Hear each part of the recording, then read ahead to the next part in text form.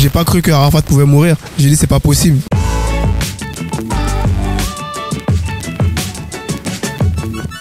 Alain Negbele pour Insta vidéo, qui suis-je? Alain Negbele, réalisateur. Je faisais de la musique. Ensuite, j'ai décidé de faire des clips vraiment de façon amateur. Sinon, j'étais pas du tout cinéma à la base. C'est vraiment du pur hasard, hein.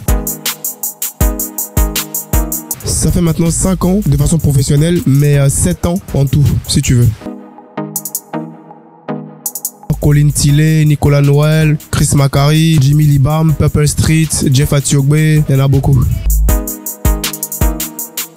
Je l'ai connu par le biais d'un artiste qui s'appelle Ivan Trésor. J'ai fait un clip pour lui, 2 et 3 clips. La collaboration s'est très bien passée, c'était un challenge, un défi. J'avais jamais écouté le son jusqu'au premier jour qu'il m'a envoyé le son. Le jour du tournage, il est arrivé avec ses enceintes et m'a dit c'est ça qu'on va clipper aujourd'hui. Donc c'était la première fois pour moi de bosser comme ça. J'ai pris 5 minutes, je me suis organisé, j'ai vu un peu le concept, le délire et on a fait. Là, j'ai des clips à tourner sur Abidjan. Il y a des projets, il y a des gros projets Universal, donc je peux pas en dire plus. Ensuite, je rentre à Paris reprendre les clips là-bas, hein. Un peu comme tout le monde, mais bon, après, moi, j'y crois pas. J'ai pas cru que Arafat pouvait mourir. J'ai dit, c'est pas possible. Après, moi, ce qui me fait plus mal, c'est qu'il m'a envoyé un message, un WhatsApp, que j'ai pas répondu parce que j'étais en tournage. Parce que lui, on m'a préparé des clips et il m'a demandé si tout se passait bien, tout ça. Et après mon tournage, j'ai vu il a fait un accident. J'ai vu Arafat a fait un accident. Ah, j'ai dit bon, comme il a l'habitude de faire des accidents, il va se lever, hein, comme d'habitude. Donc je lui ai envoyé une note vocale pour lui dire bon écoute, comme d'habitude, encourage, lève-toi et force à toi. J'ai appris ton accident via les réseaux. J'espère que ça va aller, tout ça. Malheureusement, ce message n'a jamais été vu. Ça n'a jamais été ouvert. Jusqu'à ce que on voit sur les réseaux, il est mort, il est pas mort, il est aussi bon. Bref, on comprend pas. C'est la panique. En plus, nous, qui sommes pas à Abidjan, c'est encore plus compliqué pour nous, hein. On sait pas ce qui se passe. On se fie à la télé, à voir les directs. On dit c'est réveillé. C'est très compliqué. Mais bon, quand j'ai eu le boss d'Universal et j'ai vu que Arafat est vraiment décédé, c'était un choc pour moi, hein. Ça m'a fatigué. On a pleuré, hein, comme tout le monde. J'étais pas très fier d'être ivoirien parce que quand je vois des amis qui sont étrangers, qui sont là-bas, qui me disent t'as vu ce qui se passe en Côte d'Ivoire et tout, sachant que moi c'est-à-dire en fait tous les jours je parle tellement bien de mon pays, tu vois, et quand je vois les choses comme ça, ils vont dire quoi? C'est des sauvages.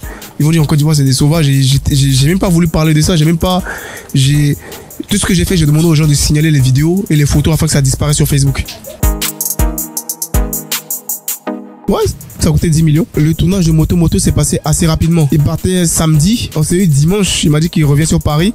Lundi, il a fait le tournage avec NASA. Et vendredi, on a clippé Moto. Samedi, il est parti. Donc, il m'appelle à la dernière minute. Je lui dis, mais envoie-moi le son, j'écoute, je te propose un scénario. Il dit, non.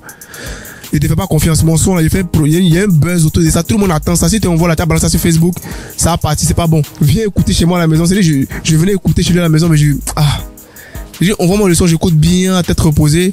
Il voulait pas. Donc il est arrivé avec son enceinte le même jour. Il m'a expliqué que c'était Moto. Donc j'ai dit bon, on va faire un concept un peu motard. On va ramener des trucs, des motos, etc. Puis on va faire un bon clip. Je retiens un homme bon, un homme fort, un homme direct, un homme vrai, qui n'a jamais caché ses mots, un homme gentil. Parce que j'étais pas connu ici. Et grâce à lui, voilà, vous êtes là, tout ça. Donc c'est quelqu'un qui a essayé de m'emmener ici, de m'installer ici. Parce que moi, j'ai fait des clips pour NASA, Que Black sur Paris, mais on me connaît pas dans le milieu ivoirien, même si je suis un jeune ivoirien, tu vois. Donc ça fait que Arafat, quand il m'a vu, il m'a dit je vais te ramener à Abidjan. Je vais te faire percer à Abidjan. C'est là-bas que tu dois percer. Ici, là, c'est pour les blancs ici. Et comme ça, il m'a pris sur son aile. Et voilà, on a fait Moto. Je veux réaliser Chéri Coco. Et pendant 2 mois, je l'ai accompagné sur toute sa tournée européenne. Donc c'est l'une des raisons pour laquelle je suis là. Parce qu'en fait, on prépare un documentaire sur DJ Arafat, sur toute la tournée européenne, tout ça. Donc, on voit des choses où il est en train de parler, dire des choses. Donc, on va essayer de constituer un film et ça va sortir bientôt. Moi et Arafat, on préparait un documentaire sur sa vie en cachette, tu vois. C'est pour ça qu'il m'a demandé de l'accompagner pendant 2 mois. Donc, c'était un projet entre lui et moi qu'on avait commencé. Tu vois, mais on n'a pas terminé le projet, voilà, parce que voilà, hélas, malheureusement, il est décédé. Mais comme Universal gère les droits d'image d'Arafat, j'étais en mesure de les contacter pour leur proposer un deal. Donc le deal c'est que le documentaire puisse avoir lieu, que je collabore avec eux, que je travaille avec leur équipe, etc. Donc ils m'ont fait venir en Côte d'Ivoire. Je leur ai demandé d'assister aux obsèques, donc ils m'ont fait venir en Côte d'Ivoire pour assister aux funérailles d'Arafat, pour essayer de les aider aussi sur la réalisation du documentaire. J'ai collaboré avec un artiste qui s'appelle Safarel Obiang. J'ai fait un gros clip pour lui qui n'est pas encore sorti. Je sais pas pourquoi il sort pas. On a tourné ça à Paris. Force One, Tour de garde. J'ai fait un clip pour Ariel Chéné aussi qui n'est pas encore sorti, qu'on a tourné à Paris. C'est un métier qui demande beaucoup de patience. Il faut pas hésiter, il faut se lancer. C'est très difficile, mais il faut se lancer.